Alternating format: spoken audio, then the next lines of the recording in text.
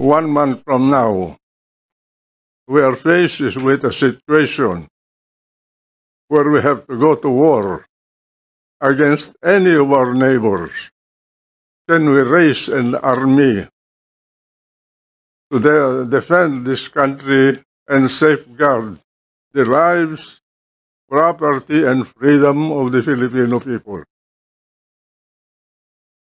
I ask the same thing with you as legislators, because that is the essence of your responsibility. Nobody answered the question. CESA was not only an economic project, it's a part of the security of this country. Until today, that is the norm.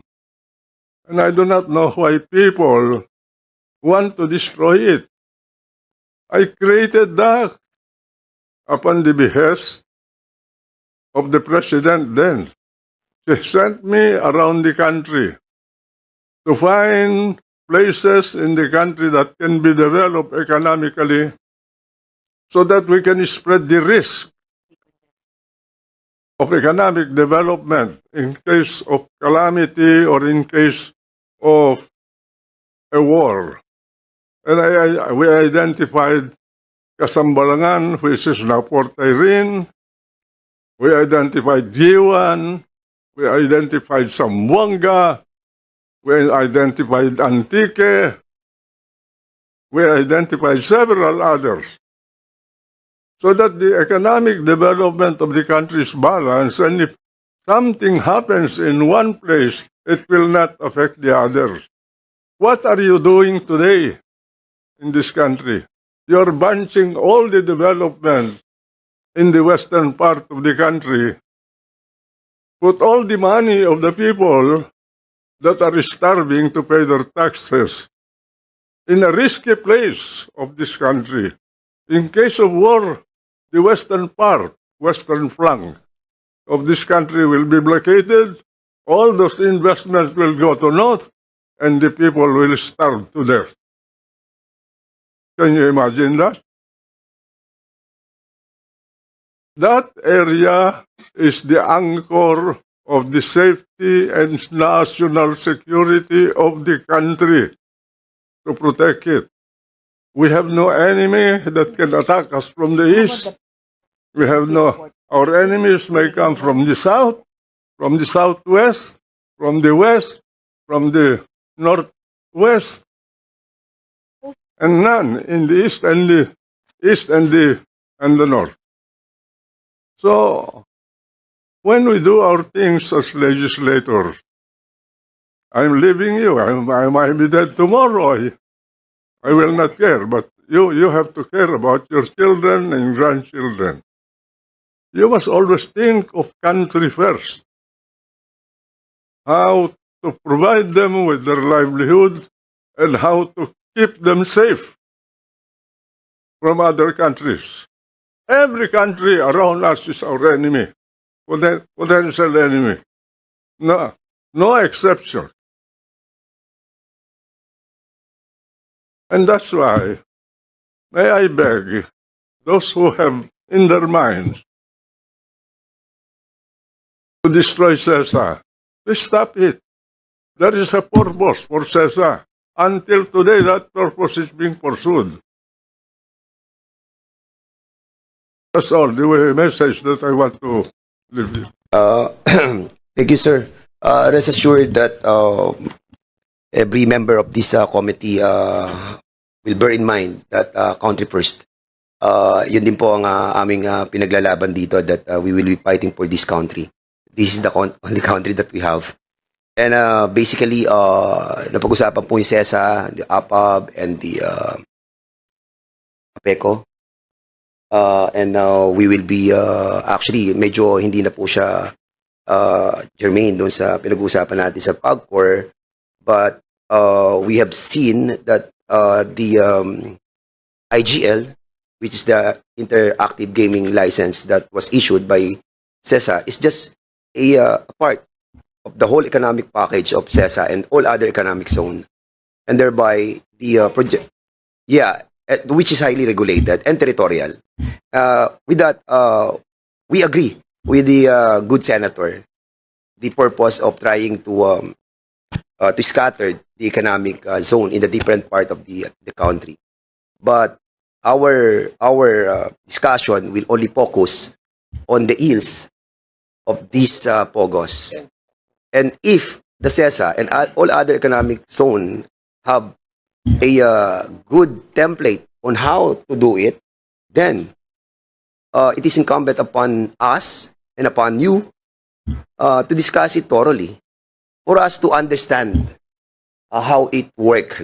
And yes, I follow your statement, Madam Katrina. And with your indulgence, I think we need your expertise. And we will see. Along the way, we will see if there are some violations or there are some perfection of the actual operation. Then we will be guided accordingly. So, Madam Senator Juan Ponce Enrile, we know your vision, and we are very thankful. And with this, I think I will be asking the members what is the sentiment of our members with regards to the presence of our good senator. Chairman.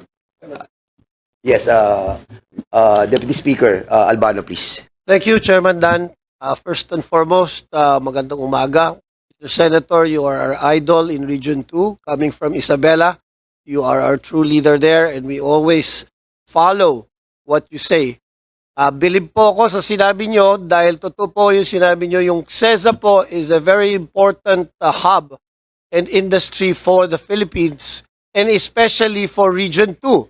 And we need your expertise po. At alam ko po, God will grant you more years to come to guide not only the legislature but the Philippines, because CESA is bringing a lot of benefits, not only in billions as Secretary Katrina stated, but because it also involves the many jobs that have been given to Region 2, especially Cagayan and Isabela.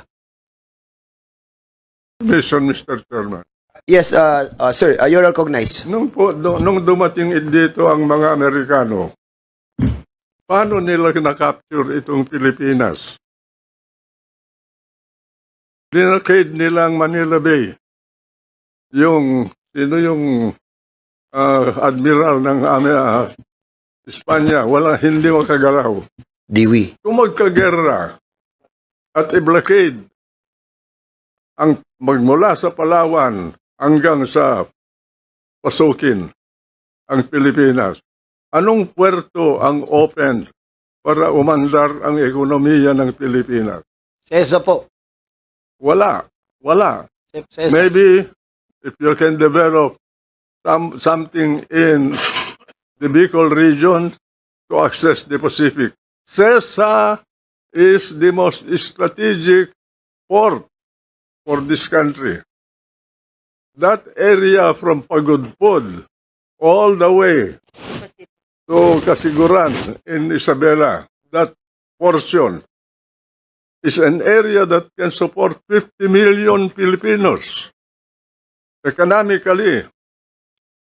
That's how important that is. And there is no one that can attack it. And that is why we have to develop that as a place to repair our government and our people, some of them, in case of war. In fact, even the Japanese who invited us, who invaded us, thought of that place as an exit point. They knew what they were doing. We Filipinos, we do not know what we want. We do some things without any purpose. My God, when you build the country, you have to build the economy, you have to build the system to safeguard that economy. That is what China is doing now. They had the timeline. Be rich until 2001, develop your military until 2030, prepare for war from 30 to 50 and conquer the world.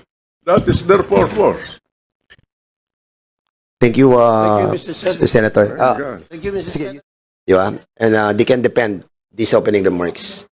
So basically, we'll be Chairman. asking na lang po the... Mr. Chairman. Yes, Congressman Paduano. Chairman. Actually, Mr. Chairman, I just like to reiterate my manifestation during the last hearing that CESA is not part of this investigation because CESA is not under the jurisdiction of PAGCOR.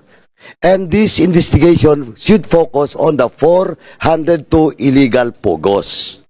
Now, if ever, of course, the good senator, former senator, Senate President, now Secretary of one of the agencies of this country, will be excused, and some of the part of the CESA will be here. They should not be here to defend. They should be part of the resource persons. Kasi CESA, again, CESA is not part of this investigation. Well, in fact, sabi ko nga nung nakaraan, hindi nga natin maubos yung 402. Mag-imbestiga pa tayo sa kabila. Let us finish first the problem of PAGCOR, in which it was stated also by Attorney Katrina, Secretary Katrina, with regards to the charter of PAGCOR, and it was established last hearing that PAGCOR has no authority and in their charter, any provision in their charter with regards to POGOs.